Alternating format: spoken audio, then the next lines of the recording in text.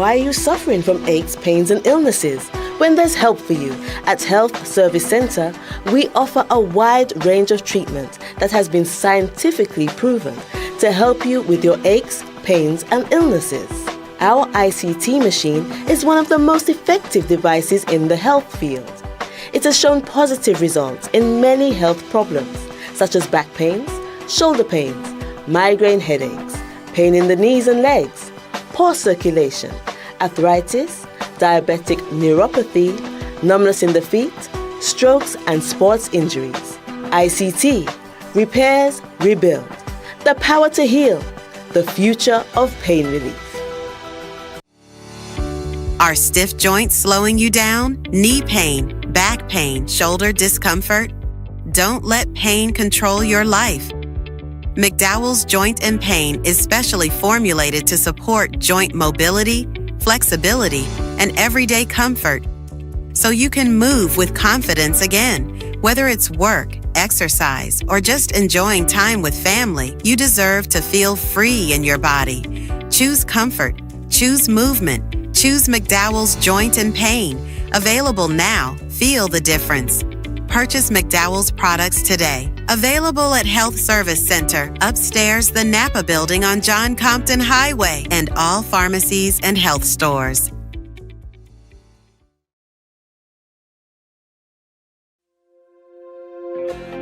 The Inland Revenue Department invites all employed citizens of St. Lucia to Tax Code Saturday on February 28th from 9 a.m. to 3 p.m. With recent changes to your allowances and deductions, updating your tax code helps you pay the right tax and not a cent more. Visit us at one of any of these locations: the Rodney Bay Mall Car Park, Derek Walcott Square, the Mabuya Valley Credit Union Car Park, Uptown Business Center Car Park in Viewfort, or the Sufra Bus Terminal. Remember, your tax code is your tax-free income. Don't delay. Update your tax code on Tax Code Saturday, February 28th. Inland Revenue Department, working with you for a fair tax system. The voice. Your hero is back. Raw facts, no fluffs. Shelton Daniel is here to deal with big issues. Real issues. 12:30 p.m. to 2 p.m. Monday to Friday on Real FM.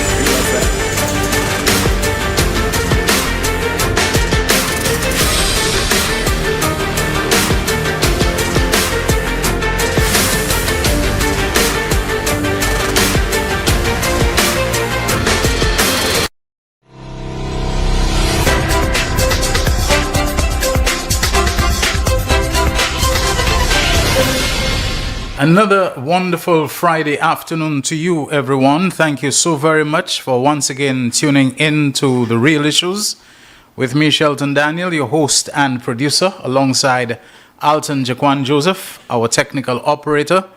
We're at the end of another weekly cycle of our program, which airs weekdays from 12:30 until 2 p.m. on the radio station Real FM, serving you on two frequencies, 91.3 megahertz for the north and 91.5 megahertz for the south. Naturally, that's FM. We don't have AM these days, do we? We haven't had it for a very long time. Amplitude modulation or medium wave, because it is too expensive. An AM transmitter requires a lot of electricity, and on a generator, that's a lot of fuel that it burns. So it's almost exclusively all FM now. Even the other frequency, shortwave, I think has been phased out a lot in many parts of the world for frequency reliability and also power consumption. Is a whole lot of things that have limited us. But now we have, I suppose, satellite radio, we have internet radio, you can go online and all these sorts of things. So really, when you say frequencies, you almost never need to qualify that it is FM. It's a wonderful Friday, looking so, feeling so, love it, you know. Yesterday, I was surprised the later part of the day how blisteringly hot it was. I was at a certain place and I said that to someone. He said, yes, they can't understand the day didn't start as if it was going to be so hot. But we are entering the season where we will have to basically prepare ourselves for that kind of heat, which doesn't mean it will not be welcome or it will not be interrupted once in a while by some welcome rain showers, as indeed we have been having. You know, people, we've had accidents, a lot of road accidents. Thankfully, we haven't heard too much about people getting drowned. But it seems like we've had a couple of marine accidents. Let's consider jet skis and motorboats and speedboats and yachts and catamarans to be the vehicles of the sea, and swimmers being the pedestrians. We might put surfers in the cycle of, see, what cyclists are on the roads. It's a while I haven't heard anything about the jet skis. They were a problem at the time, and I think there was a call for regulations for greater control of jet skis. They were posing a danger to, especially to people not too familiar with our waters, if I suppose how to swerve and tack and so on to avoid collisions. People who are on yachts were having problems with them, boaters and so on were having problems with jet skis, and of course, swimmers and so on. So many people were acquiring jet skis and without any authorization or licensing, were providing jet ski rental services to tourists. You know, just come have a jet ski. It's easy. Go get on it and go. And that was posing a danger to the people who were renting the jet skis, because sometimes they'd had no experience with it. I don't know if you need a jet ski driver's license or anything of that kind, but it was just go off. And I was told then I've never taken a ride on a jet ski, whether as the driver or as someone who's along for, I don't know if pillion is also applicable to them. Just never felt like it. I've been offered, a young man or a couple of young men have tried to persuade me so much to take it. There's really nothing to it. It's nothing to it. I'd heard, although, that you have to keep the jet ski continuously revved or something like that, because once the engine cuts off, or you don't just lose power, you lose steering, you lose all forms of control. So it's like now you can't do anything with the jet ski. So I don't know how easy it is to restart. And that seemed a little risky to me. I happen to know when you go out to sea with any kind of flotation aid or swimming aid and you lose it, once you can't swim, it's practically curtains for you. You know, like we used to have this inner, I don't think they make tires like that anymore with inner tubes and so on. I think it's a tire that is built for just the tire to fit so snugly against the rim, and the inflation and so on, the pressure would seal it. I don't know if they have them. And the warning was, once you go out with a tube and you cannot swim, once the sea takes that tube from you or it slips away from you and you can't get it back, you're doomed if you're already in a certain depth of water. Because if you can't swim, the warning I got growing up in Dennery was never go out with the water reaching any higher than your throat. Because if you do that, and the sea happens to be, the tide, the currents appear to be receding at the time, it will pull you out all the time. And every time a wave or something comes that comes to the level of your nostrils and so on, you'll jump up to avoid, water getting into your nostrils or you inhaling water. And every time you jump up, because the sea is receding, you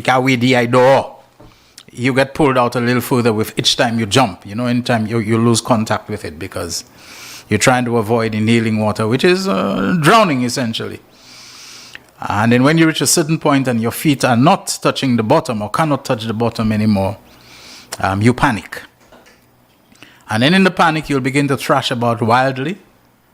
You'll begin to tire yourself more than you need to, than if you were somebody who could swim. Even basically, you'll take a few strokes and pull yourself to within walking distance or some kind of action that can help or buy you some time till you get a rescue. So the wisdom was, don't go out with anything that helps you to stay afloat or whatever, so that once you lose it, even flippers, once you lose it, you feel helpless, you can't do anything for yourself. So jet ski Well, what bothered me about jet ski back in the day when it was really a hot button issue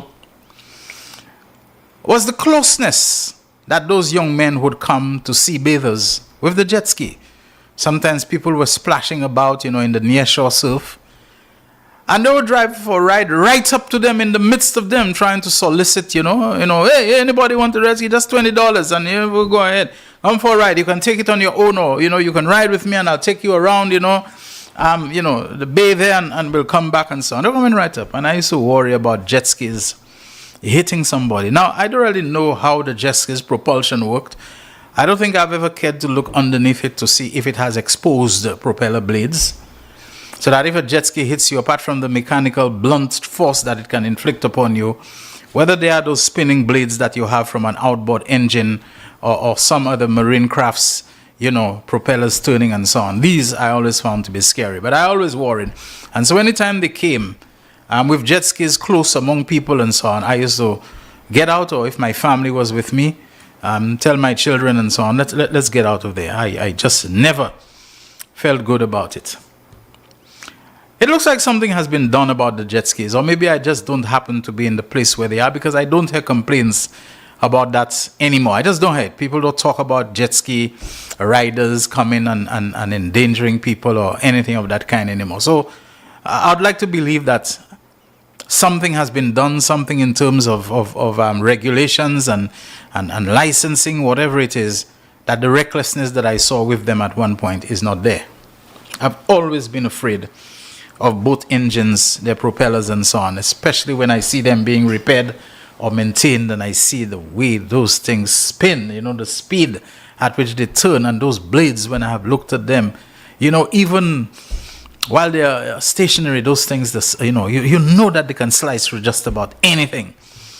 And I've often had, these little moments of allowing your imagination to wander, thinking of what it is like if those things came into contact with me. When I hear guys telling me that they go underwater to repair, something on the boat, and they're there, and before they go, they disconnect whatever. And I always wonder if somebody who doesn't know you there or doesn't remember that they come and they turn on this thing or whatever by accident, or something happens and that thing starts spinning. Some guy once at Rodney Bay who was into marine electronics and so on told me about something he had to do on some craft, and he needed to go down in the water to test whatever, to view whatever. And I figured, how was those boat owners, they forgot, or they came and but I suppose they have their safety features to prevent that thing. And that thing starts spinning, there's no gradual, like a jet engine or an aircraft engine. It starts slowly and then it starts picking up speed. To me, those boat engines, outboard, inbuilt, whatever, the moment whatever it is that starts them, they start going at a speed that can, like I said, slice through your skull or any other solid part of your body. So I've always, been concerned about that. And so if I'm in a place and I see any kind of craft within what I consider, whether it is the hotel, skiing spots and so on, they have those boats and so on, and I see, they don't ordinary, but if they were to come anywhere to what I consider to be too close for comfort, I wouldn't go in the water. And it's not just the boat, the skiers too. A skier, I've been told, hitting somebody, whether on land or in the water, can inflict some serious damage. I don't stay. But I'm using this to build up to the fact that for the second time since the start of the year, not long we've heard of 2 accidents. Are they boating accidents? Are they swimming accidents? It's not between 2 boats. So I can say it's a swimmer's accident, come into contact with small craft. And worst of all, not through a blunt, hit, which can be dangerous, but for propellers, striking a human being. One of them, the first one, was fatal. A guy got killed, I think, somewhere down Soufre side or whatever, that he was swimming or snorkeling or whatever he was doing, and some pleasure craft was passing by and they didn't see him in the water and he didn't make it. Lately we are hearing that somewhere up north in the Castries area, somebody got hit by the propellers of a boat. Now, I tried listening. Last night wasn't my best night. Trying to listen to the news and having a few other things that I have to pay attention to. Matter of fact, to surprise you, as is unusual for me, I can't remember a time where I tuned in, put it on our news, NBC, let the news run, being sure that I would stay up to see, can I help you with Richard Frederick? No, sir. I was gone, on the couch facing the TV. And so I never saw, can I help you?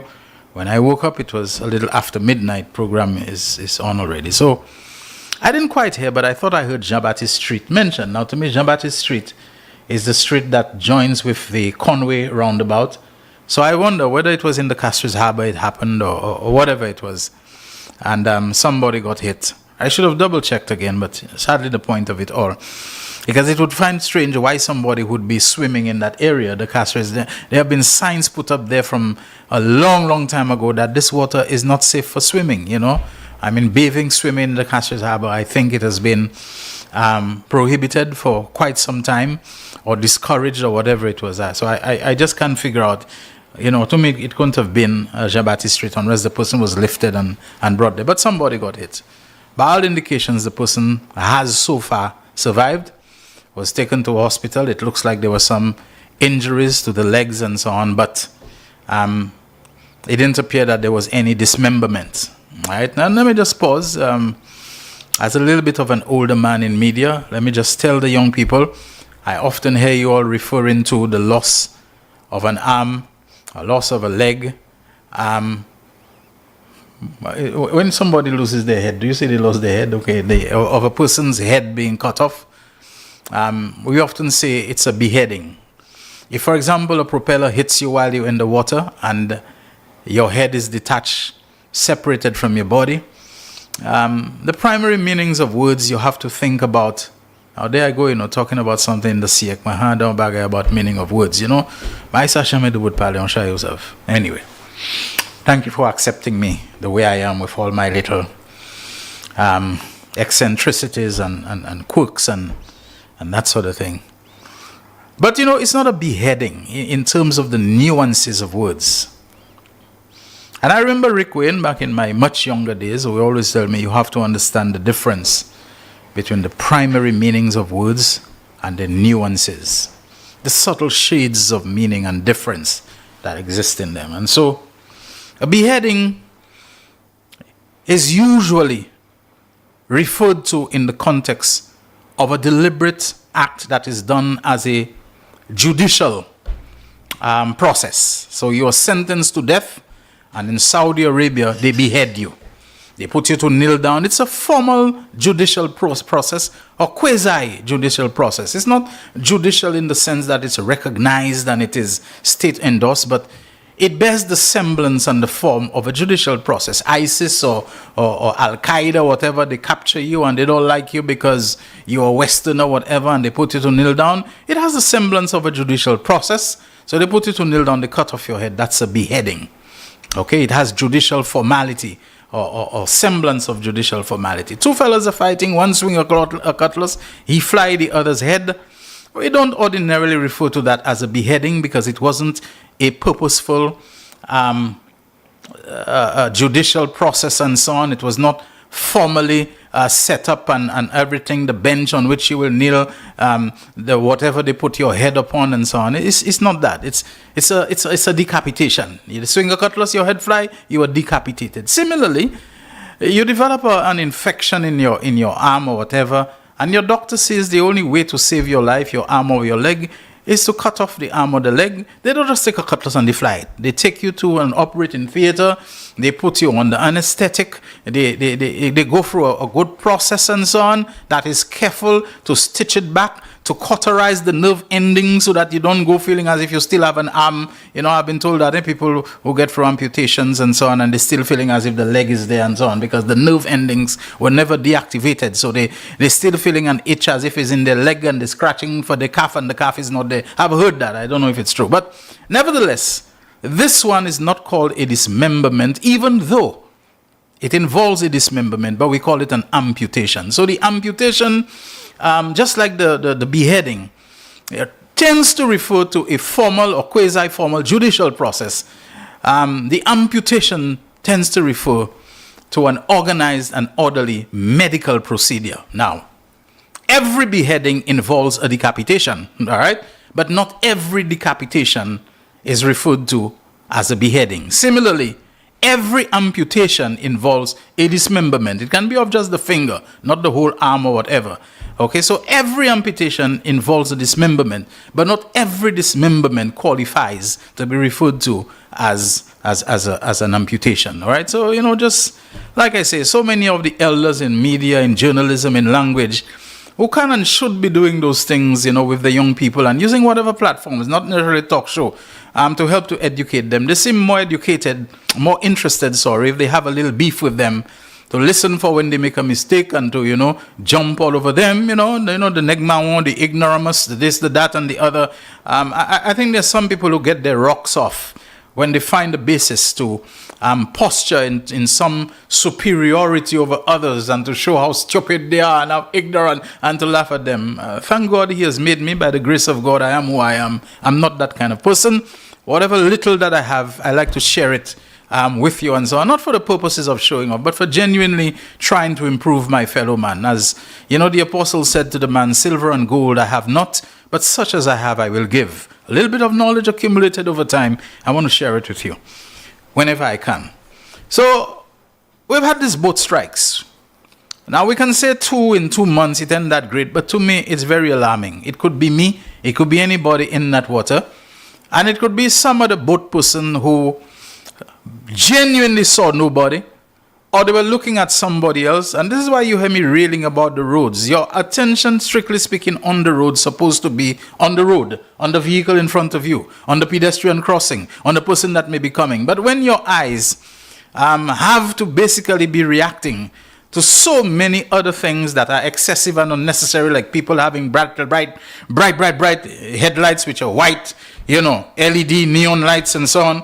And at the same time, they have their fog lights, wonder what are their fog lights, at full brightness. And at the same time, they have another set of lights installed on the grill, and they have them at full intensity, too many things. And at the same time, some cows, see that this is the opportunity for them to cross. And at the same time, this is somebody who decides the pedestrian crossing or the pedestrian flyover is too far for them, that they will jump the median barrier. And so you don't see the person perched on top and, whatever, they lose their balance. Too many things at the same time. So it's possible somebody on a boat might be looking for so many other things that might, happen, that might go wrong, that might distract them, that they don't see a swimmer who's low in the water. Relative to even a small boat, somebody swimming in the water can easily be below your line of sight, your visual threshold, and so on. So somebody gets hit. I hope something is done and it is taken seriously, because for all we could be getting more of them as we move into summer, holiday time, maybe good for fishing, maybe good for boating, maybe good for what before the hurricane season, that we don't get more than that. Because, like I say, when I look at the propellers of a boat, a small fishing canoe or anything, and the way those things spin, I'm telling you, if we could plant things in people's dreams and so on, the worst nightmare you could give me is to plant in my mind a dream about me being sliced, by a boat propeller and so on, and to let it happen to a human being, it really is chilling to the bone. Let's hope it doesn't continue, it doesn't happen. The other thing I wanted to talk about, I saw a news item, was it last night, Jaquan? You presented the evening news about some lady who said her shop was demolished. That was where, in the Bexon area or whatever. A lady who has a shop. And apparently there had been incidents there. People had been held up at gunpoint or shot there and something. And then afterwards, the place had burned down and she rebuilt it. And then police came at 4 a.m., she said, and demolished it. Now, I really don't need to go into the depths of it to know that it was a shop that was set up without permission. People do that all the time. They set up their little shops and they hope that on a day like today, on a Friday, last Friday of the month, essentially month end, that they'll have something going on there, people passing, coming from work, going down for the weekend, that they will stop, that they'll make. And I believe generally, authorities in St. Lucia, police included, we might argue they should not have done it, but they have been tolerant with people quite a lot. Tolerant. I think in St. Lucia there's a tolerance by governments, whether they are Flabo governments or Labour governments, to try to cut people as much slack as possible. When somebody's earning a bread and they ain't doing it in an overtly or a particularly criminal way and so on. I mean, how many people are selling beers and selling things and they don't have liquor license, whatever? They're selling their spice and so on. And generally, as long as there isn't any kind of overt and explicit and extreme disorder and unruliness, that authorities, they don't bother them. They leave them alone, we can argue whole day and whole weekend about whether they should. It's not an argument we need to have. As to whether they should and whether the problems we subsequently have is not with law enforcement and other authorities looking the other way. A lot of people don't have liquor license. A lot of people set up in places where the whole setup is causing obstruction, including the roadside setups that cause problems with traffic flow if they were happening on the wide highway. But sometimes they're happening in the communities and the byroads where the passing is narrow. It is reduced to one lane traffic and one long line of vehicles parked there because there is some nice roast and there is some nice this and some nice... Like, for example, there's the bread place by Tommaso Denry. A lot of people will stop there on a day like today, but nobody will complain because it's the highway. The road is sufficiently wide that even when a long line of people pass, there is still sufficient space, all right, for traffic to flow. I'm just drawing that as an example. There are other places where, off the highway kind of like, or the position, when people stop there, it is problematic because it's near a corner, it's at a corner, it creates a problem for traffic flow and it can cause accidents and so on. And I have a couple of places that I have passed recently, and a couple of them I won't say where, but in Babono, where people have set up shops and so on, and all of a sudden it's a problem for you to pass. Now, most times nobody will complain because it's a rural community, the traffic flow isn't that heavy and continuous. But another day, even a day like today, possibly, it will reduce it to one lane and a very tight one lane and so on. And it becomes a problem and some people don't want to give way. And then before you know it, there is some kind of accident, some standoff and some cutlass get pulled out. I don't know, some of us have so much temper in us. So it would surprise me if that lady or whoever's setup is there that was turned on by the police, that it was done without any prior warning or notice given. I'm to stop it. Folks, if you want to set up anything, my advice to you is try to get some advice, some clearance, Police, whatever, I want to do this there, and what would be the conditions? No, ma'am, it can't happen there because of so. Yes, you can do it, but you need to go and get a certain permit and so on, so that when you have in your things, you notify us in advance and we can come and put some cones there, so at least people will know, or something you can put there so people will know that ahead there is something. Have some kind of consultation. Have some kind of consultation. You can't just go putting up things because then there are implications, not just for traffic and accidents and so on. There are implications for the environment because invariably, even in places where you don't have those little vendors and shops and bars and barbecues and so on, the kind of garbage that we're dropping all over the place, where it could not have originated from, far less in the place where they wrap it for you in the foil, in the place where they put it in the plastic plate or the recyclable plate and the plastic fork and the straws and the bottles and so on. You can imagine when they're done, even if they wanted to go and clean it up, that is the people who are doing the selling. I think it would be beyond them because it's everywhere, in the drain, in the bush behind. Even if there's a bin there, people are going to ignore it and they'll do it. And naturally, wherever people gather for them to eat and to drink, it's unavoidable. We're human beings. They need to relieve themselves. Now, if 1, 2, 3, 4, 5, 10 people, it's not a problem. But can you imagine scores of people over many, many days and weekends and so on, what it does for the odor of the place and other, waste disposal, etc. We have to watch our little country because it is little. It ain't got all that space. It ain't got all that depth. It ain't got all that resilience in terms of its geographical capacity to take some ecological hit and so on, and we could damage our country beyond the damage that has happened, because sometimes if it is in a place like the Madeli and so on and you throw it over the cliff, it's going to end up in the sea eventually. And at times the nice little near shore reef and the places where people could stand to fish, and the places where maybe somebody could develop some little thing with tourists to go there and to take a little scuba dive so that they can watch, the underwater rocks and so on at high tide and low tide to see the difference and so on. It all gets ruined when we have all kinds of debris floating there.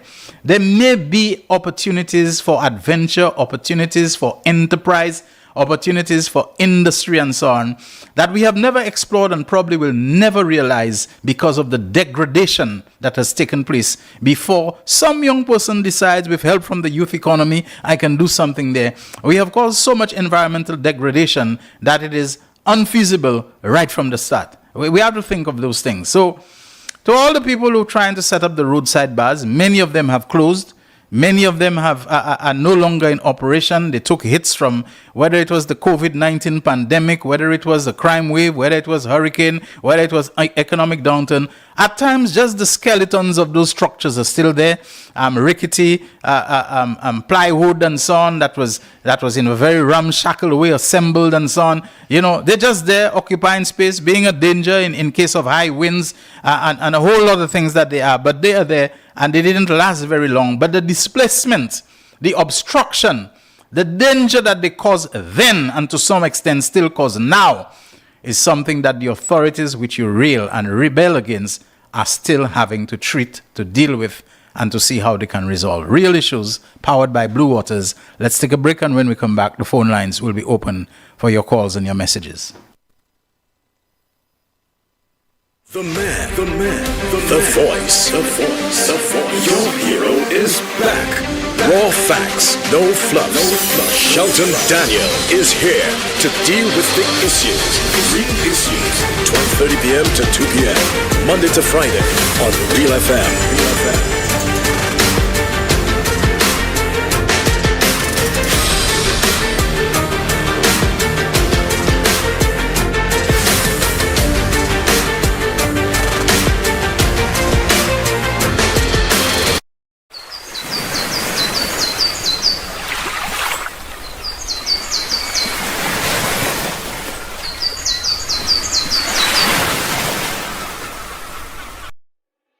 Why are you suffering from aches, pains, and illnesses? When there's help for you.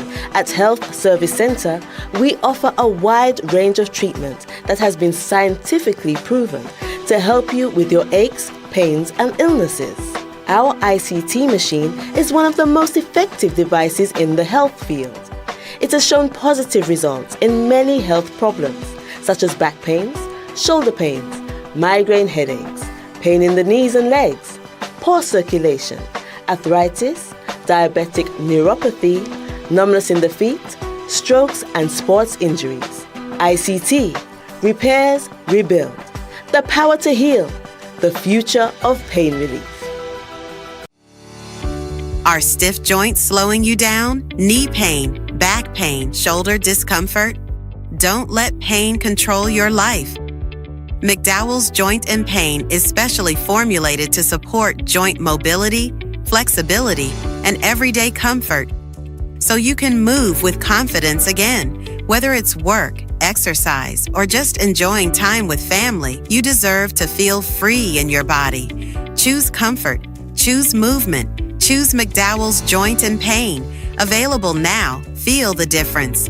Purchase McDowell's products today. Available at Health Service Center, upstairs the Napa Building on John Compton Highway, and all pharmacies and health stores.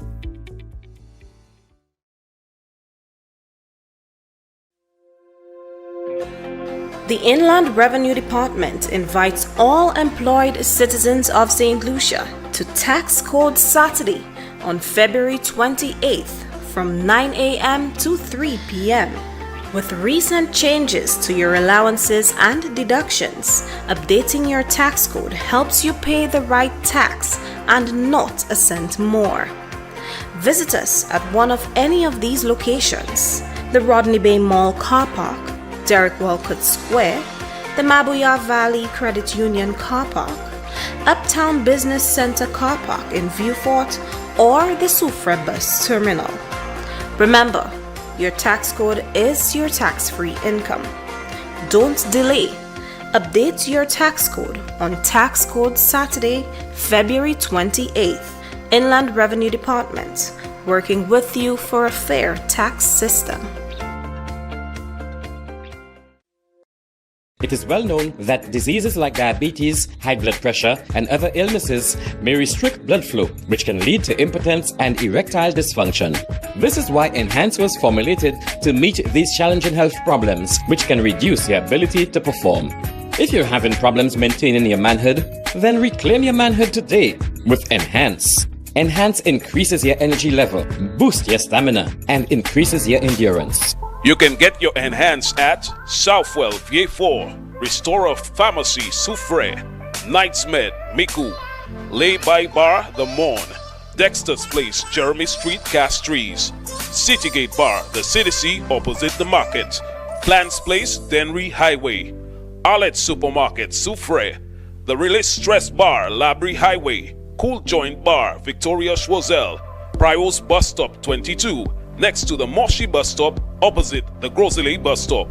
Prios Bar and Grill in Corinth, Grosley. Enhance, the best a man can get. Live streaming has become one of the best ways to connect the funeral of a loved one with friends and family, both local and international. NBC Television will live stream your funerals on television and Facebook at a reasonable rate.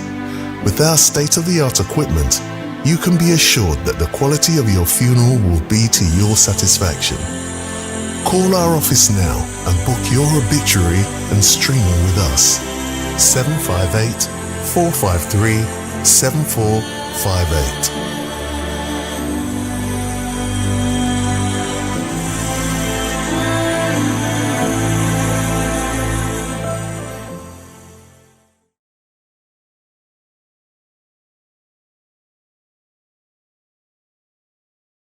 The man, the voice. Your hero is back.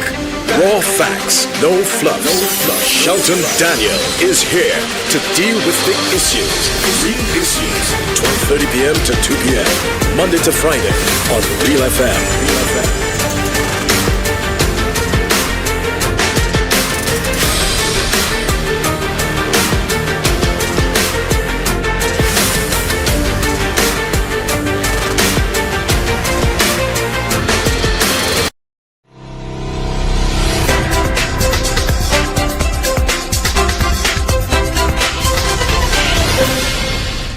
Thank you so much, everyone, for tuning in to and staying with The Real Issues, powered by Blue Waters with me, Shelton Daniel, alongside our technical man, Alton Jaquan Joseph. The telephone lines are open as of now for your calls and your messages. I think we need to put the microphone on the handset. The numbers for you to dial are on the WhatsApp, if that's how you're going to be calling us. 487-9849, that's 758 the area code, 487-9849. And you can also reach us on the local landline number, which is 4533911. All right, so 487-9849 and 4533911. Thank you very much, Jaquan, for sending me the Facebook link. I noticed you haven't sent the YouTube. Is the YouTube down? All right, he probably is going to get it put together. Remember, you can watch us on YouTube, okay? So you can go there to YouTube for The Real Issues, and you can watch us there as well.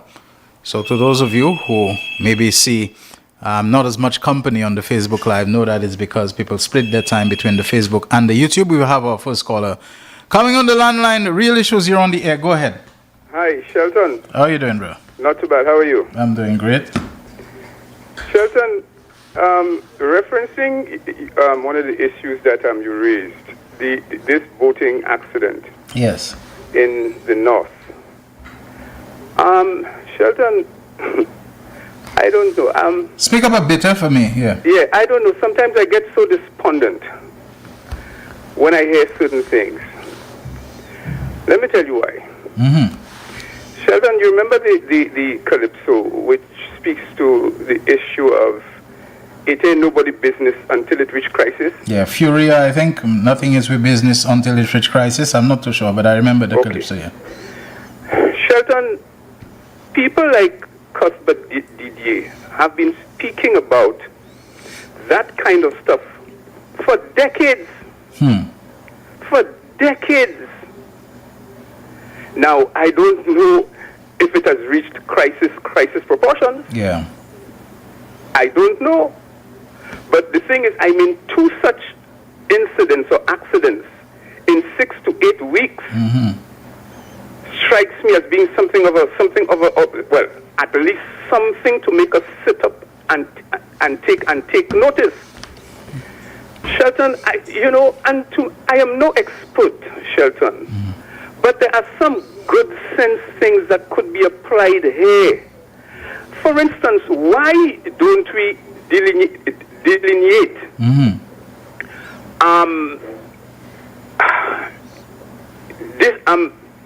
sections of the water, of the sea, for recreational purposes, and sections that pleasure sea craft can use to do their thing, whether you're talking jet skis, whether you're talking speedboats, whether they were owned by private people, whether they were owned by hotels, whatever. But you put markers in terms of delineation. You put markers, for example, buoys. You put markers in place to guide sea bathers and to guide those pleasure craft people. I mean, you can use good sense things, solutions to deal with stuff like that. And yet, for years and years, we hear people like Cuthbert Didier complaining about these things and asking for safety measures to be put in place. And very little, if anything, happens, and we keep getting those things happening, and then people, up in arms, there is a furor, for a little while, for a week, 2 weeks, and then it dies down, it goes away, nothing happens until the next incident or accident. And that is why I feel despondent, Shelton, when I hear stuff like that, because I mean, it's all about the talk and the excitement, and people, man, something needs to be done, and what? And then it dies down, and then nothing happens. Shelton, it is high time that we begin to address things like that with the seriousness those things deserve. I mean, I don't know if there is somebody, putting up some kind of resistance to such safety measures. I mean, I don't know. I mean, I have to speculate, because why are those things happening again and again and again with, it seems to me, no good sense solution being put in place to mitigate those things? Thanks, Shelton. Thank you very much. Thanks. All right, our first caller came through on the landline, which seems to be very productive these days, I must say. 487-9849, the mobile number. You can reach us there, and it's wide open to you, as well as the landline that you just heard, 4533-911. We are going until 2 o'clock today, where we wrap up the program for Friday and also for the week, which has been a shortened week. It looks like the same length to me, but we actually began on Tuesday, which was the 24th, because of the Monday being a public holiday in lieu of our independence anniversary coming up on Sunday. All right, now what else did I have there? There was something else that I needed to. Someone says to provide a little more detail. Coffee, and I think the person is referring to Cuthbert Didier, has been advocating for a marine management area in the north, just like SMMA, which is Soufre Marine Management Area. The delineation was an important aspect of that. I can go back to my reports from 13 years ago. Okay, Cuthbert Didier has always been a man very outspoken, as he is informative on matters pertaining to the marine, yachting, boating sector and so on, and how we can integrate land-based tourism with marine activities and marine sports and entertainment. I have to say he's really been right up there with all of it. I hope he has not gotten tired of the amount of recommendations and so on he's made over the years that have been ignored or gone, no action has been taken. We have another call on the line. Real Issues. Yeah, good afternoon, Sheldon. Yeah, good afternoon. How are you doing? Yeah, so far so good. How are you? I'm doing great, and you? All right. In relation with the lights, I hear you always speak about on the vehicles, and which I find it is very terrible in truth. You remember at one time we used to have this problem with camouflage, wearing camouflage thing, and the police used to stop you in town and take your hat from your head or whatever, and whatever. Yes. All right. Now, no longer you see these things like before, except if you are a cadet or you're a member of the police force now. Right. And I believe there's something in place now. Whoever that used to order these materials no longer can, because they do not have reasons for it, because people don't purchase them because of, it's our law has done something with that. All right. So in light with the lights on the vehicle, it is being sold, it is being imported, it is passing through customs, and then it is being sold to the public. So why can't they put something in place? If it is a problem, now, why can't they put something in place that those people that are ordering those lights, they should not order them? They've been ordered, it's on the shelves, it's for vehicles, and then when people buy it and put it on their vehicle, it's a problem. So I think something should be done, that if it is a problem, they should stop it from coming into the country. Because when you buy it, you're not going to put it on a boat or on a plane or on a cutlass or on a knife. It's on a vehicle. It is made to be put on vehicles. So I think the best thing to do, if it is creating a problem now, they should stop it from coming into the country. Okay. That's my take on that. All right. Thank you very much. Yes.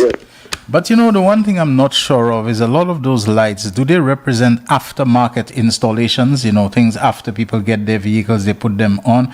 Or is it that some vehicles come with them like that? That is what I have not been too clear about. If now a lot of the vehicles, the more modern vehicles, they come like that. But I'm just thinking, do the vehicles come with the fog lights wired to always be on? Or don't you have to switch them on yourself? I'm just seeing too much of these fog lights, and I'm wondering, it's like a style and fashion that just take hold, and everybody, when I say everybody, you know what I mean. Everybody in it, drive with your fog lights and drive with them on high. Like I said, I have a vehicle that has fog lights, and the only time I've ever put them on was when I was going through the vehicle owners or users manual, to check out certain things, what works, how it works, and so on. I've never used fog lights, never had to use them. We have another call on the line, do we? Okay, I'm just saying a number there, so I thought it was. All right, we continue taking your calls. The WhatsApp calling number is 487-9849, and we also have, as we're getting a call now, on 4533911. Real Issues, you're on the air. Go ahead. Hello. Good afternoon, Shelton. Hi, good afternoon to you. Hello. Yes, you're on the air. Go ahead. Yeah, I don't know. I didn't hear anything about a boating accident up north.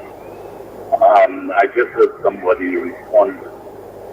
But I can tell you that Cuthbert has been agitating for a management. I'm hearing you a bit distorted and muffled. I don't know why. In the north, in the Rodney Bay area, similar to what we did in the Supermarine Management area. Okay. But more so, what we did in the Anshafley Bay, where certain areas were demarcated.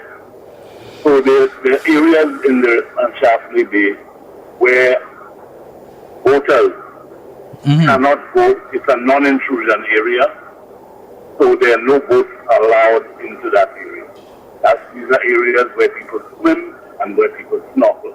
There are other areas reserved for boating. When the boats come in with the guests, they can offload in a particular area and go and tie on a mooring.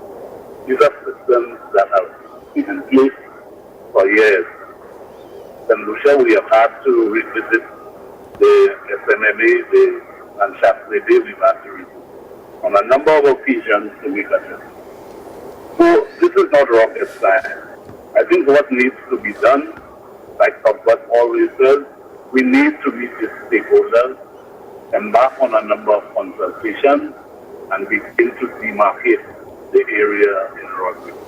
I think Rodney Bay is becoming, Railway Beach, Rodney Bay, becoming too congested. And maybe we should look at marketing the entire West Coast, because these are areas that are utilized by pleasure craft, by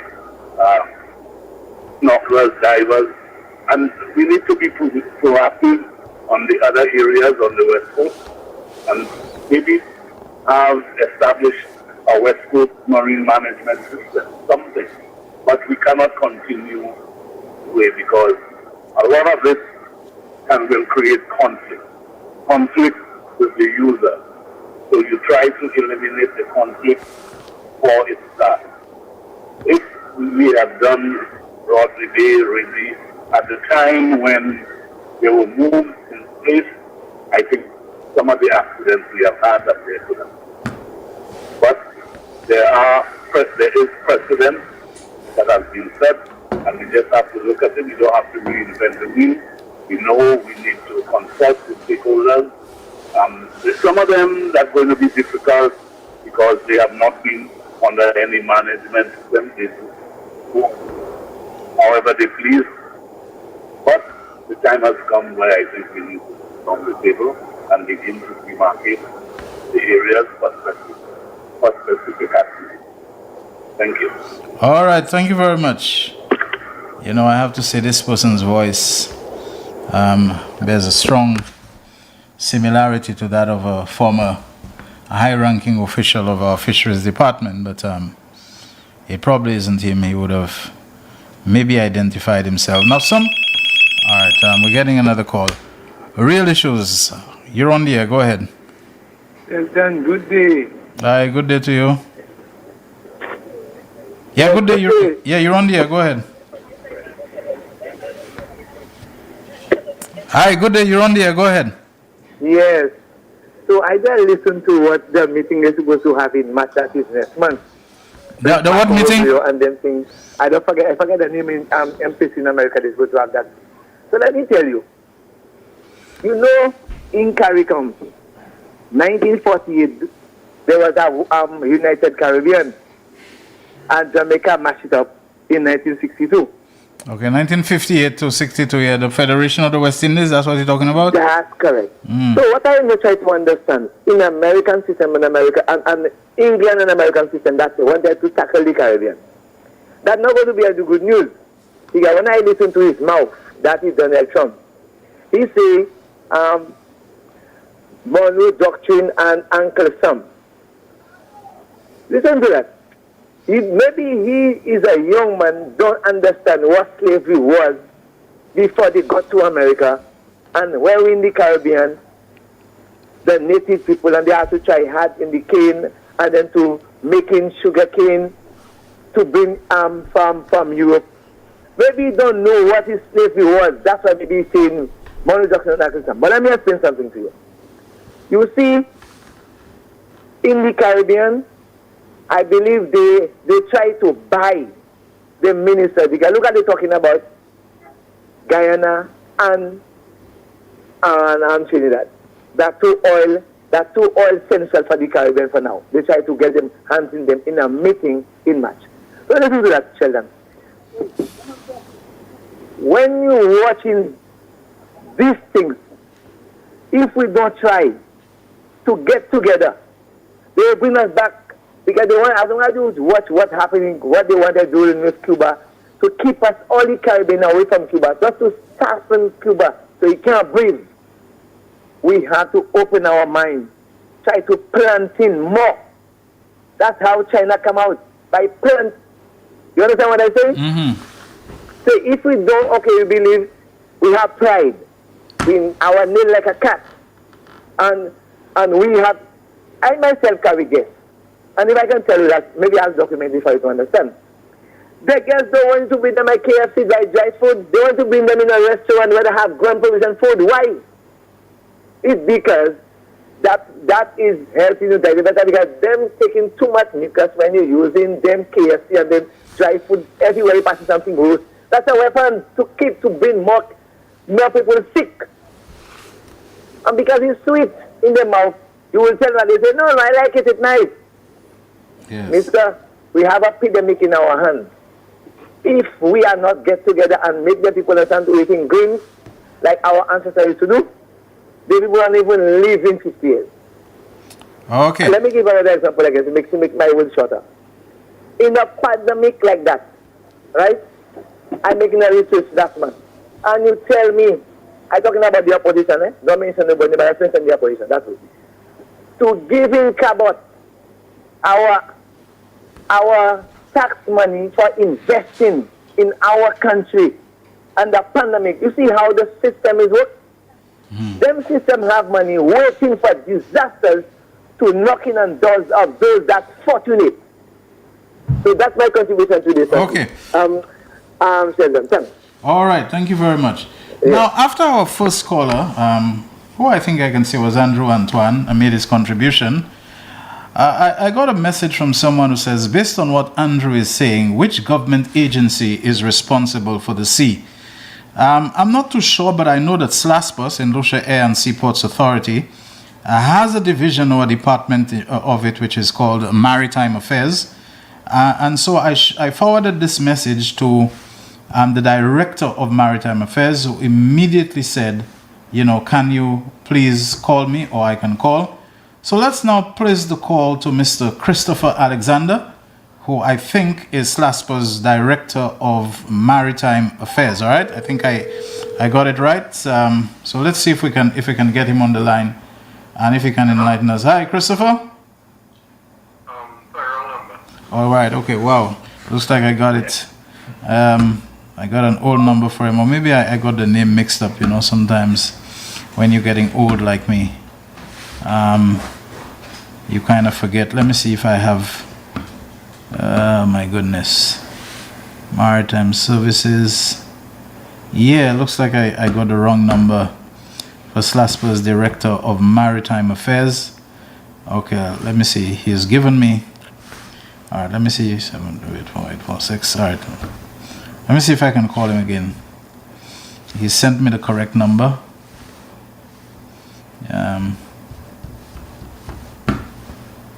Let's see if we can get him now.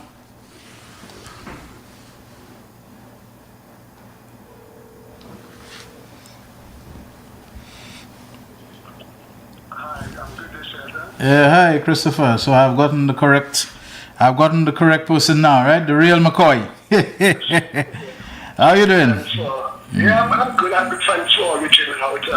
Yes. Just to get clarification on the matter at hand. Yes.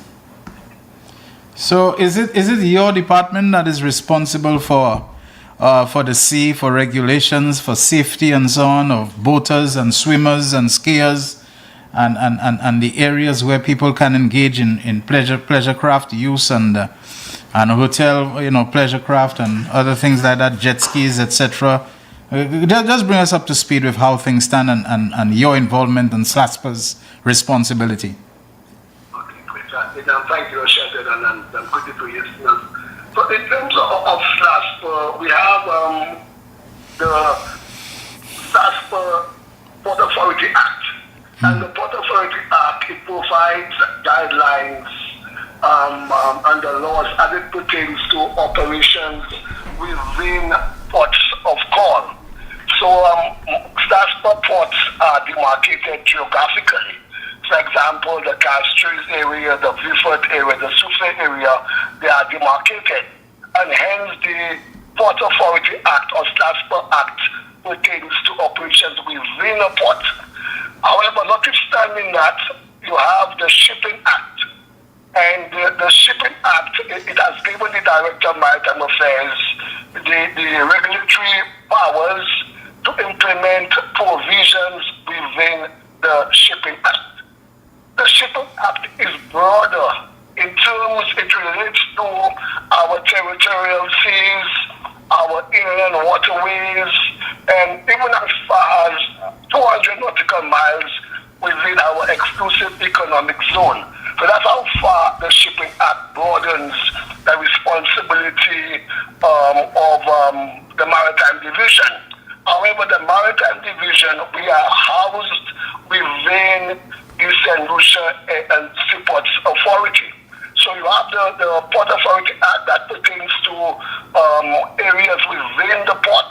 The Shipping Act broadens it to areas outside outside the actual ports of St. Lucia. Okay. So the issue at hand, Sheldon, in terms of the demarcation, we are in an advanced stage of implementing the demarcation within the Rodney Bay area as a project for us to broaden it towards other areas. And as we speak right now, we have already purchased the equipment to demarcate the Realty Beach area. We're just waiting for a final material in terms of wires and anchors for the contractor to actually start putting the demarcation in place. But your previous callers are right in terms of the importance of demarcation within areas, especially where sea beavers are frequent. And we have gone one step ahead, Sharon, in terms of we are actually about to purchase signage to place, we'll start primarily from Rodney Bay towards Soufriere, where we'll demarcate and put signages to alert the sea beavers and, more importantly, the boat operators in terms of being more aware of those areas where they have to be even more vigilant in that regard. And you also spoke about the jet skis. And again, we've been very, very focused on trying to raise awareness with our jet ski operators. Every 6 months they are brought in for reorientation and given a basic exam to ensure that they remain au courant as to what the obligations are and what the rules of St. Lucia is. But it goes back to a certain level of responsibility of ownership by those jet ski operators on island. But it's not perfect, but then you can see a gradual improvement as to how they behave and their performance. And the other issue, Shannon, I wanted to touch on was, without being specific to the ongoing investigation, is the need for persons doing spearfishing, doing snorkeling, doing diving. You must have a visible marker when you are in the water. But like you actually said, when you're in the water, it's basically your head that a boat operator will observe in the water. And just barely. So and just barely. And just barely. It's almost like a coconut, a coconut, you get me? Right. So I'm saying that having the demarcation next to the diver when they are involved in that activity, it will alert any boat or operator that there is some activity in the area. So right now, we've even gone ahead as a corporate agency in terms of discussing whether we need to buy or purchase dive flags for some of the divers, just as a gesture to motivate persons and to enhance safety in St. Lucia. So we are on the verge of saying, okay, we will actually get some dive flags for us to distribute it to the divers, just as a means of trying to mitigate those unfortunate accidents. My final point is that we want to again advocate and push for the boat operators. You must have a lookout on the boat at all times. So you have the boat master, but it's mandatory that they must have a lookout. His job is to scan the horizon, to look, to listen, to smell, and alert the boat captain if there's any risk of collision or somebody's within the waters. And persons who do not adhere to it, we will intend to suspend their license at the onset because it's a clear violation of international shipping laws as well as the laws of St. Lucia. So we will be very, very, very strong in that regard. We've done the training, we've done the sensitization, And I think now is the time for us to take the ultimate step and hold persons more accountable by going through the process and, if needs be, by suspending certain licenses. All right, thank you very much. What about nighttime activities, such as people who might go fishing in the night? I don't know if it involves spear fishing, whatever. Are there luminescent things that they can use, in the water? I've heard people talking about some catches, you better get them in the night or whatever, because that's when, whether it's lobster or whatever it is that comes out and they can get it. Is there any danger of collisions in the night, or do boats generally avoid going out in the night? And so if divers and snorkelers and spearfishers and so on, are there bioluminescent things that, well, not bio, but luminescent things that they can use that can help to be spotted? Well, good point again, Shelton. So when a boat goes out to fishing, the international law tells you must have a white light on board that vessel. Okay. So even though you're not moving or you're at anchor, you must always have a white, visible, all-around 360 light on board that vessel. Okay. So that will alert the other boaters that there is a vessel that's operating, although it's not moving, but it's at anchor. But you're also right in terms of there are certain types of devices that the divers can have attached to the arm or to the dive marker, wherein it will be visible at night. But there are nighttime activities taking place. But again, the boaters must have the necessary dive reflectors to highlight the presence of a boat or a person in the waters. And the boat captains, they are taught that as part of the training module. But we realize we have to go back and see how we can even increase that particular training for the boaters to be aware of those growing activities within the waters of St. Lucia. All right. Okay, Mr. Alexander, thank you so very much. I don't know if there's anything further that maybe you wish to share with listeners that perhaps our immediate conversation and my questions didn't touch on. Feel free if there's anything you wish to say.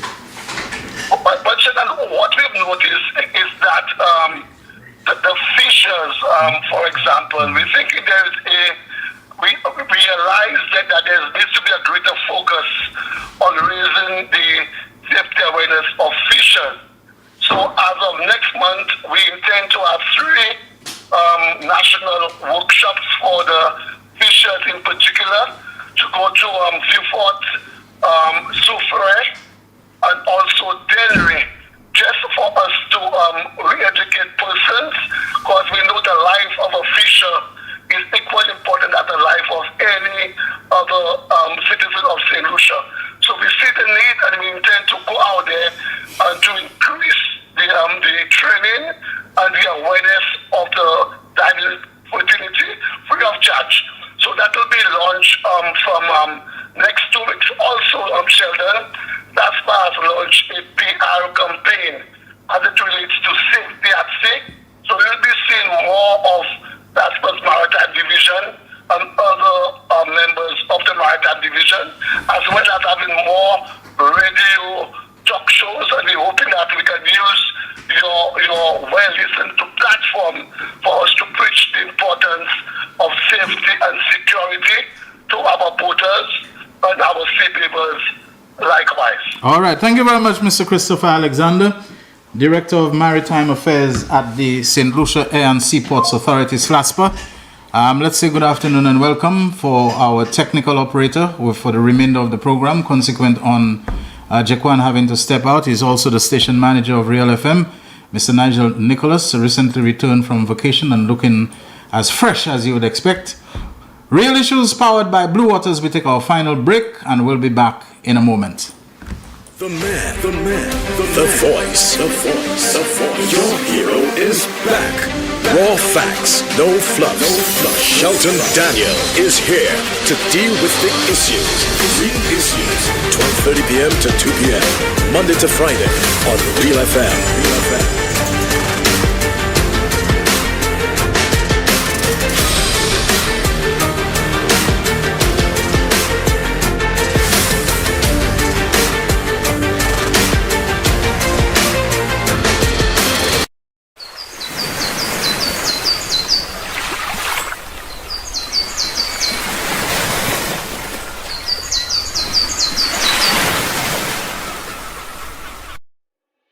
Why are you suffering from aches, pains, and illnesses?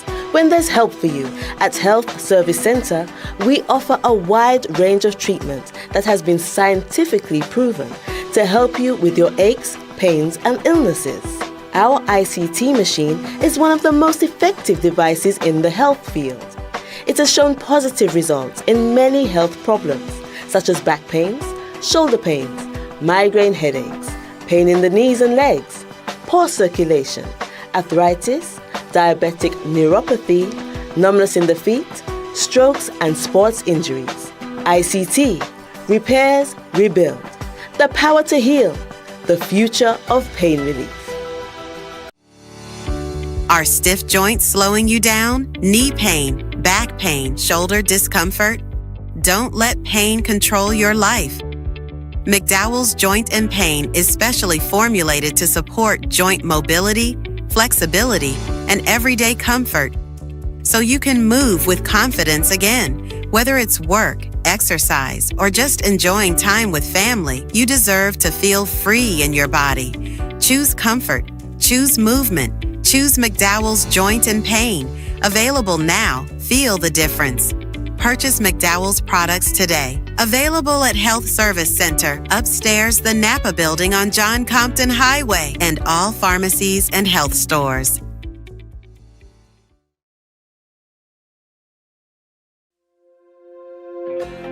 The Inland Revenue Department invites all employed citizens of St. Lucia to Tax Code Saturday on February 28th from 9 a.m. to 3 p.m. With recent changes to your allowances and deductions, updating your tax code helps you pay the right tax and not a cent more.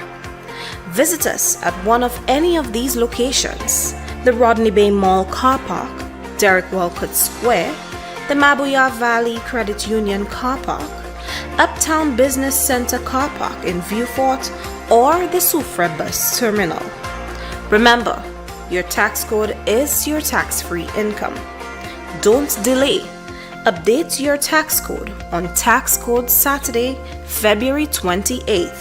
Inland Revenue Department, working with you for a fair tax system.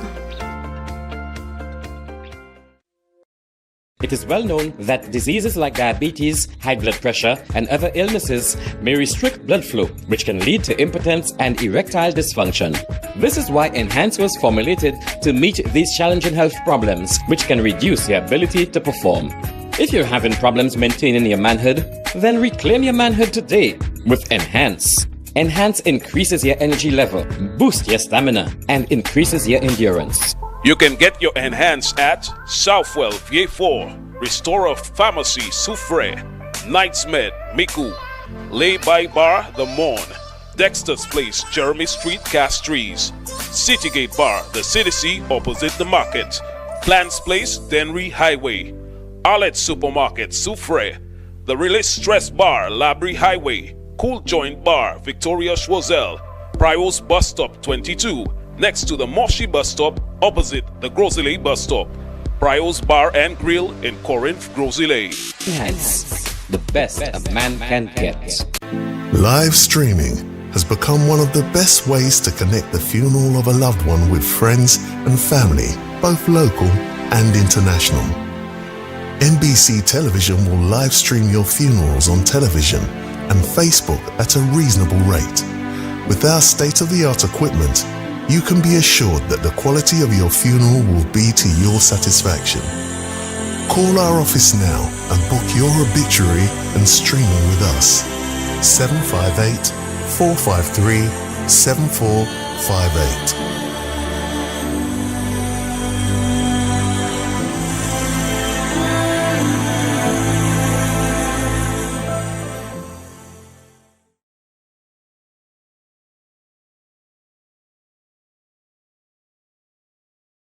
The man, the voice. Your hero is back. Raw facts, no fluff. Shelton Daniel is here to deal with the issues. Real issues. 12:30 p.m. to 2 p.m. Monday to Friday on Real FM.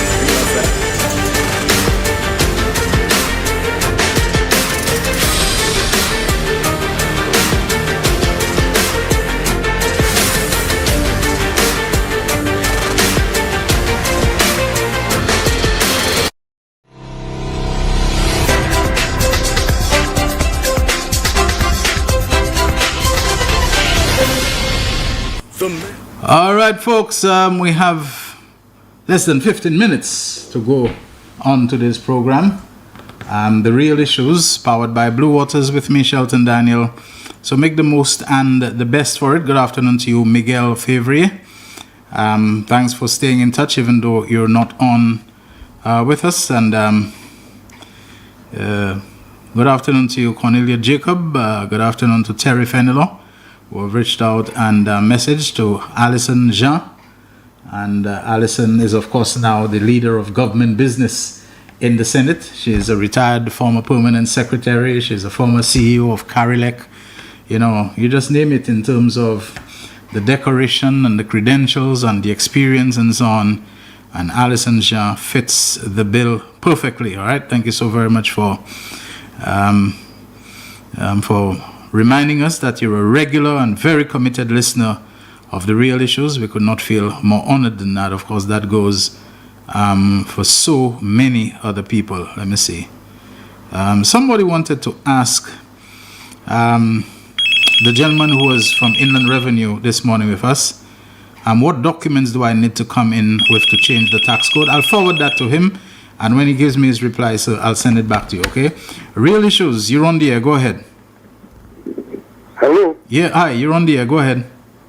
Okay, what I'm saying, you remember a few months ago, during that guy Joseph said, blood in this country. You remember that very well? What did, yes, I remember that, yes. Blood must flow in this country. He didn't say anything like red, you know. He put it straight. Blood must flow in this country. Yes. And yet I'm hearing Timothy, trying to associate what Richard Frederick said many years ago concerning the 17 people who died in the accident, right? Mm-hmm. You're coming up with that. What sense does that make? You know, that's why he'll cut me off each time. You know, I was trying to say something, but he cut me off. Mm-hmm. You understand? And this man failed to admit or to accept that the party didn't win the election. And if things had gone a little bit further, they would lose everything. You understand? Okay, so when did that exchange with you and him take place? Oh, just a while ago, but you know. Okay, because you realize I would not be aware of it, huh? Yeah. Well, yeah. That's the second time because Right. you know. These things happen. I'm sure there are people who have unpleasant experiences with me on The Real Issues and so on. So, you know, to each his own, and you had that experience. So let's just put it behind you, and I hope that your interaction with The Real Issues is a lot more pleasant and leaves you with better memories and better feelings. Is that the case? Yeah. So people need to know. Right. So home is where the heart is. You know where your heart should be from now on. Yeah. Family weapon. All right. All right. Thank you. Okay, we'll talk. All right, for sure. All right.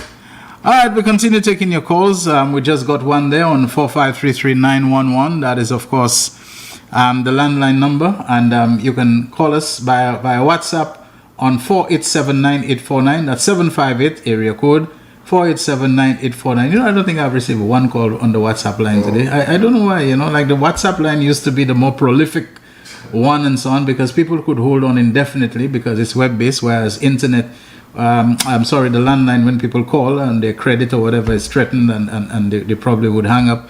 But I notice I'm getting a lot more calls on the landline, and on mornings, Jaim and I, it's miserable for us, you know. Okay. I don't know why, you know, for people are not hearing us when we talk. They keep saying, hello, and we keep saying, we're hearing you, go ahead. And it's kind of difficult for us. But anyway, here we are, going until 2 o'clock. And I think we're getting, somebody heard me, you know, and they're calling on the WhatsApp line, you know. So, now you have mercy on me, right? Yeah, good afternoon to you, my friend. You're on the air. Go ahead. Hello? Is the level up? Yeah. Hi, can you hear me, caller? All right, I'm hearing something now. All right. Can you play with the jack a little bit? Good afternoon to the Real Issues. No, the jack where you just plugged it. Yeah. Yeah, hi, are you there? Yes. Hello? Yeah, as if there's a loose connection there or something. So let's take the landline call. Real Issues, you're on the air. Go ahead. Yes. But it was a hello. Hi. Yeah, you're on the air. Go ahead. Shelton. Yes. Have you ever, when you feel short, have you ever tried to stand up on a table? I'm having a little bit of difficulty hearing you. You said, have I ever tried standing on a table? Yeah, when you feel short. I've done that. I've done that and I mash up all of them. Okay, well, then don't do that, right? Don't do that. But here's the other thing. If you are wrong, all you have to do when you have been told that you have done something wrong, simply take a step back and apologize. It does not hurt to apologize. You can't be wrong and strong and heartless at the same time. You know, it's not making sense. You know, in a situation like this, and again, like the gentleman said, there is a politician who said that blood must flow in this country. He said that. Yeah. And subsequent to him saying that a lot of blood flowed.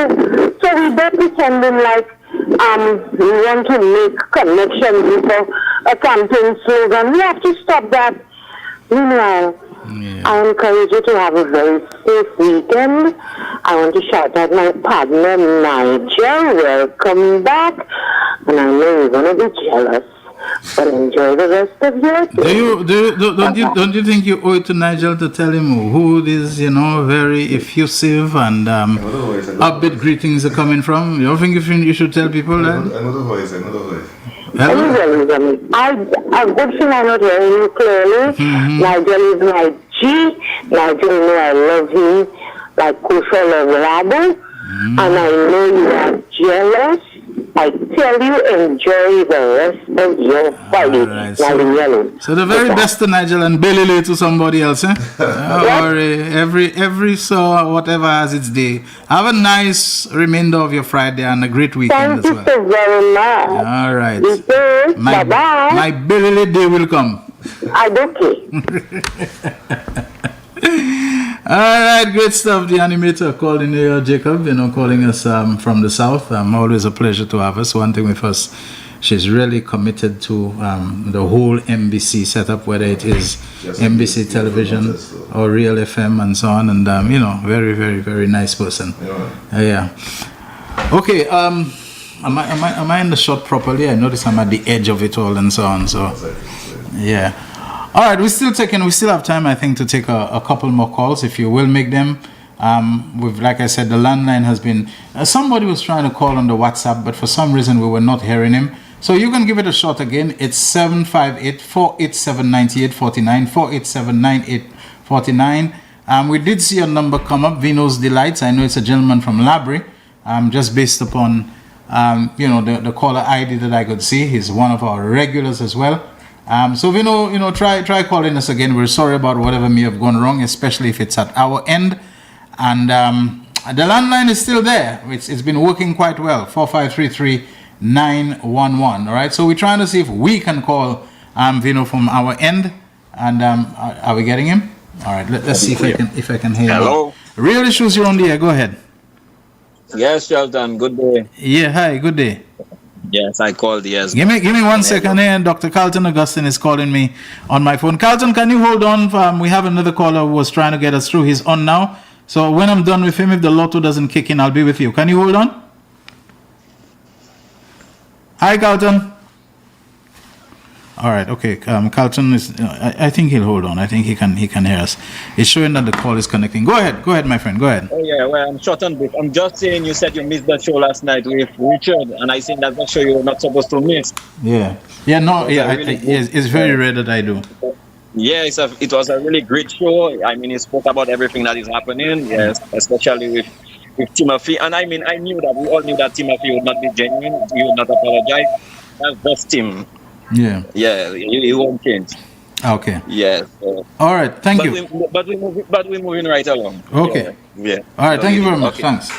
I like I say, I wouldn't worry too much about certain people and certain things because you've been so vindicated, at least by the election results. So I don't know. It's just my thinking. I think it's been adequately dealt with. The Labour Party's press release on the matter was really on point and hard hitting. And I'll leave it at that. But we have Dr. Carlton Augustine. Are you there? Okay, so he switched to the studio. Let's get him because we don't have much time. Hi, Real Issues, you're on the air. Go ahead. Hello? I think it's his connection. Yeah, the connection is taking some time. Coming, but we answered it. Yeah. Yeah, okay. I wonder if you hang up from him, we won't have much time to spend with him, but I was just wondering if you hang up on him from there, maybe I can just try to get him over here on my own line. But he probably will try again. That's what will happen. Yeah, I can see a missed call from him there, so let me see. All right. You getting him? Yeah, he's on another call, which is your call. Yeah. Okay. Can I go again? He's calling again. Okay, all right, okay. The connection is a little dicey. There's a bit of problem. I think you have noticed it too these days with internet, with the ordinary telephone lines and so on. There've been some issues, and I don't know if it was my own wishful thinking that I thought. I remember vaguely somebody had told me we would have a guest today that I mistakenly thought it was you who had told me that. But it would be nice to have them come in and tell us why it is that there seem to be so many glitches and whatever it is with the telecoms these days. Do we have Carlton yet? Okay, it's still connecting. I'm very sorry about that. Hang up on him. Let me try again. Yeah, hang up there. Let me see if I can get him. Okay, and click. Yeah, he's on another call, and that's definitely us that is calling. So if he had stayed on the line with me, maybe by then we might have been able to connect him. Let me give it one last try. Yeah, no, on another call. Yeah, Carlton, you should have stayed on the line with me. Maybe we could have gotten it, but the connection, it's showing you connecting, and it's staying there, and it really isn't moving. I think we better wrap up the real issues for today and for the week. I'm sorry about that. Dr. Carlton Augustine, always someone that if we can avoid it, missing or passing an opportunity to have him contribute to the program, but I suppose there'll be another time. Thanks again, Nigel, and of course, thanks to Jaquan before us. Thank you, everyone, for having been part of this week of the real issues. Till next time, enjoy your weekend, stay safe. Shelton Daniel, for Real Issues powered by Blue Waters, signing out. The man, the voice. Your hero is back. Raw facts, no fluff. Shelton Daniel is here to deal with the issues. Real Issues, 12:30 p.m. to 2 p.m. Monday to Friday on Real FM.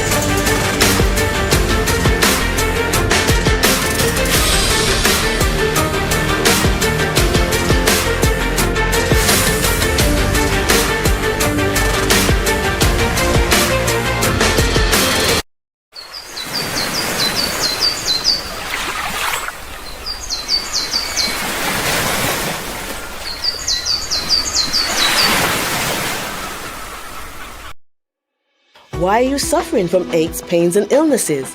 When there's help for you.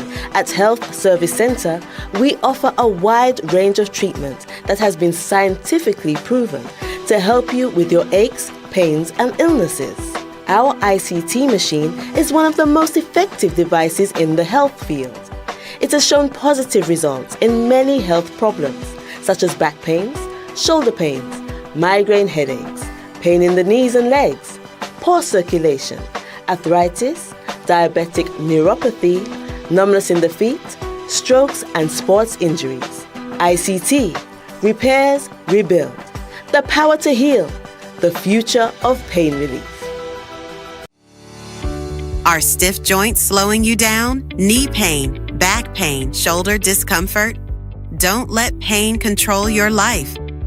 McDowell's Joint and Pain is specially formulated to support joint mobility, flexibility, and everyday comfort, so you can move with confidence again. Whether it's work, exercise, or just enjoying time with family, you deserve to feel free in your body. Choose comfort. Choose movement. Choose McDowell's Joint and Pain. Available now. Feel the difference.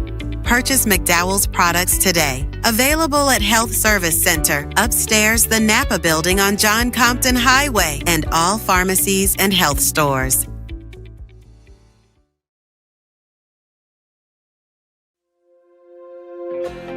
The Inland Revenue Department invites all employed citizens of St. Lucia to Tax Code Saturday on February 28th from 9 a.m. to 3 p.m. With recent changes to your allowances and deductions, updating your tax code helps you pay the right tax and not a cent more.